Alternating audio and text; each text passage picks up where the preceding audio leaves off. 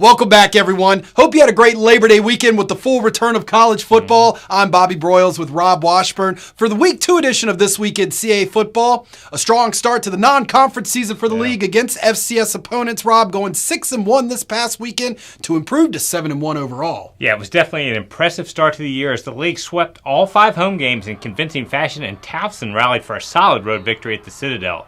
The conference did knock off an FBS opponent in Week 1, but James Madison gave West Virginia all it could handle before falling by a touchdown. CAA offenses lit up the scoreboard with all 6 squads at one tallying at least 28 points and piling up over 380 yards. We often talk about how strong CAA football is from top to bottom, and here's the latest reason why. 11 of the CAA's 12 teams are either ranked or receiving votes in one of the 2 FCS top 25 polls this week. That is impressive indeed. Well, as we put Week 1 in the rearview mirror, it is time to look ahead to this weekend's action, and we begin with some Friday night lights on the ACC network as William & Mary makes a short trip on I-64 to Charlottesville to take on Virginia. Some interesting storylines in this one, Rob. Yeah, of course, the biggest one is the return of William & Mary head coach Mike London to Charlottesville, where he guided the Cavaliers for 6 seasons, highlighted by a berth in the Chick-fil-A Bowl in 2011. There are players he recruited still on the UVA roster, so I'm sure there will be some emotions for him. His Tribe squad, though, will be riding some momentum after scoring 24 third-quarter points to defeat Lafayette 30-17 in their home opener last Saturday. The big story was the play of true freshman quarterback Hollis Mathis, who ran for 127 yards and a TD on only 16 carries, setting a William & Mary record for rushing yards by a quarterback. The Tribe defense recorded 6 sacks and forced 4 turnovers in the victory and will need a similar effort on Friday night. Now, Virginia is the preseason favorite in the ACC Coastal Division and picked up a 30-14 win at Pitt last Saturday. Star quarterback Bryce Perkins threw for 181 yards and 2 touchdowns and also ran for 44 yards against the Panthers. UVA's defense held Pitt to just 263 total yards, including 78 on the ground. Moving ahead to Saturday's lineup begins at 1 o'clock with New Hampshire opening their season on the road at Holy Cross from the Patriot League. Yeah, along with being the season opener, this will be the first game for the Wildcats under interim head coach Ricky Santos, who is filling in for legendary mentor Sean McDonald while he addresses some health issues. The Wildcats opened the season with redshirt freshman Brett Edwards at quarterback after he showed the ability to move the ball with his arm and his legs in preseason practice. He'll be helped by the return of Malik Love at wide receiver and a potentially powerful running game with Carlos Washington Jr. and Evan Gray. Now, defense should be the strength of this UNH squad, especially in the secondary, where veteran performers like Pop Lacey, Evan Horn, Isaiah Perkins, and Prince Smith Jr. are all back. The Wildcats held Holy Cross to 233 total yards in a 28-0 shutout win a year ago. Now, the Crusaders are playing their home opener after a 45-7 loss at Navy last week. Cornerback Connor Dagenhart passed for 167 yards in his first collegiate start, and freshman linebacker Jacob Dobbs made a team-best 13 tackles as Holy Cross surrendered 428 yards on the ground. At 2 o'clock over on FlowFootball.com, we have Elon looking to bounce back with their home opener versus the Citadel. Yeah, it was a heartbreaking start to the season for Elon, which fell 24-21 at nationally ranked North Carolina A&T on a 52-yard field goal as time expired. The good news for the Phoenix offense was their ability to put together 3 scoring drives of at least 10 plays and more than 69 yards. Quarterback Davis Cheek looked good in his first game back from a torn ACL, passing for 202 yards and a touchdown. Elon struggled, though, to move the ball on the ground against a tough Aggies defense, but Deshaun McNair was able to get into the end zone twice. Elon's defense was solid, limiting A&T to 326 total yards in the game. Linebacker Jarquez Bazell recorded a team-high 9 tackles in the game. Now, the Citadel fell 28-21 at Towson last Saturday in a game that also went to the wire. The Bulldogs' triple-option offense accounted for 329 yards on the ground, including 166 and a touchdown from quarterback Brandon Rainey.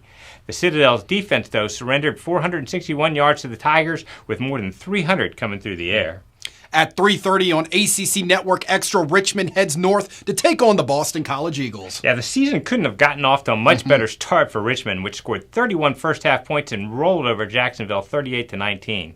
Quarterback Joe Mancuso accounted for 208 yards of total offense and 2 touchdowns. The Spiders were also able to get the running game on track with an impressive 320 yards on the ground, and there were no turnovers through the first 3 quarters.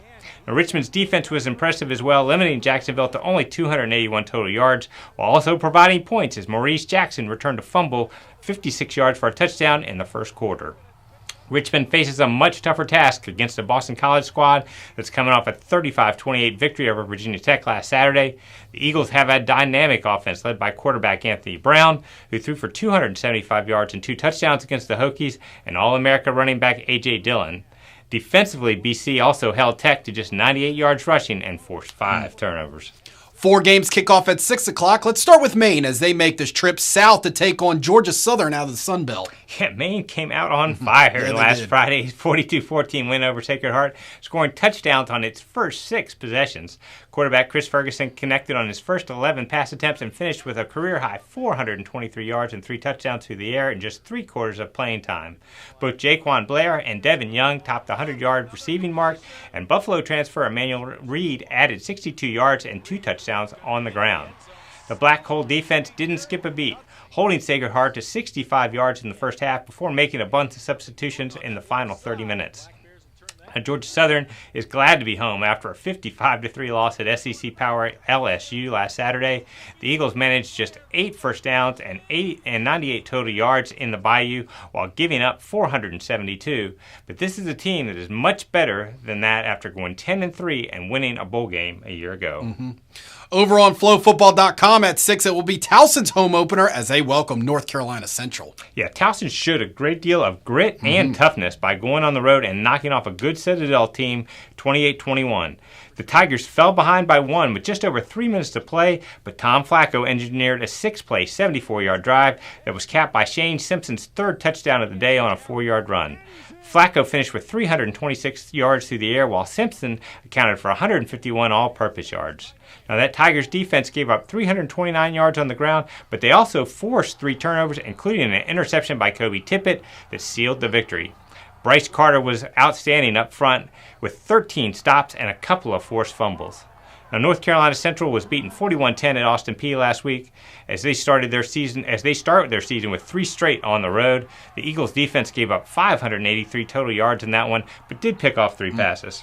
Also at 6 on FlowFootball.com, Villanova will look to start their year 2-0 as they play host to Lehigh in their home opener. Yeah, Villanova had the weekend off following that Week 0 win at Colgate and should be rested and ready for its home opener against in-state foe Lehigh. Quarterback Daniel Smith accounted for 242 yards of offense and 4 touchdowns in his Villanova debut, and running back Justin Covington rushed for a career-high 134 yards on 19 carries as the Wildcats piled up 444 yards of offense. Defensively, Villanova was able to pitch a shutout for 2.5 quarters at Colgate and will be looking to build on that performance. In last year's 31-9 victory at Lehigh, Villanova allowed just 176 total yards. Congratulations also go out to cornerback Jaquan Amos, who was honored as the Stats FCS National Defensive Player of the Week after making 7 tackles, recovering a fumble, and returning an interception 27 yards for a touchdown. Now, Lehigh will try to bounce back from a tough 14-13 setback to St. Francis last Saturday. The Mountain Hawks surrendered a touchdown with 1:17 to go and then missed a game-winning field goal. Quarterback Tyler Monaco passed for 270 yards against the Red Flash. Well, speaking of the Red Flash, JMU will have their first game of the season in front of their home crowd as they welcome St. Francis at 6 on NBC Sports Washington and FlowFootball.com. Yeah, JMU, as we talked about, is coming off a tough 20-13 loss at West Virginia, in which they outgained the Mountaineers 328 yards to 294, but couldn't overcome 3 turnovers and a blocked field goal. Now, offensively, quarterback Ben DiNucci accounted for 192 total yards, and the Dukes were effective running the ball by alternating 4 different backs. Penn State transfer Brandon Polk made an impact at wide receiver, catching 4 passes for 66 yards. Now, the Dukes defense shut down the West Virginia running game, limiting them to 34 yards on 24 attempts. Linebacker Dimitri Holloway was all over the field, recording a team-high 13 stops. Now, as we mentioned earlier, St. Francis rallied for that 14-13 win over Lehigh last week. Jason Brown threw for 293 yards and 2 TDs in the win, while the Red Flash defense held Lehigh to 11 rushing yards. JMU has never lost to St. Francis and is looking to win its home opener for the 17th straight year. 2 games kicking off at 7. UAlbany will be under the lights for their home opener as they take on Bryant on FlowFootball.com. Yeah, despite the 38-21 setback at Central Michigan last Thursday, there was plenty of positives for the Great Danes. Redshirt freshman quarterback Jeff Undercuffler was poised under pressure and threw for 199 yards and 2 TDs. Juwan Green was on the receiving end of both of those scoring passes and finished with 5 catches for 94 yards, and Carl Mofor was able to gain some tough yards on the ground. Now, UAlbany showed it has the pieces to be a very solid offense.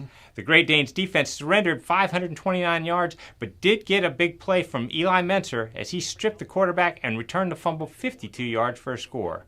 Now, they face a Bryant squad that was beaten 35-10 at Stony Brook in their opener and was held to 205 total yards by the Seawolves. Quarterback Chris Hindle passed for 98 yards in the loss. UAlbany plays 3 of the next 4 at home and could really use a win on Saturday to start that stretch. Also at 7, Rhode Island will be under the lights for the first time in Meade Stadium as they host Delaware for the first conference matchup of the season. This should be a good one, Rob. Yeah, what a way to open conference play in the CA before what's expected to be a sellout crowd under the lights at Meade Stadium.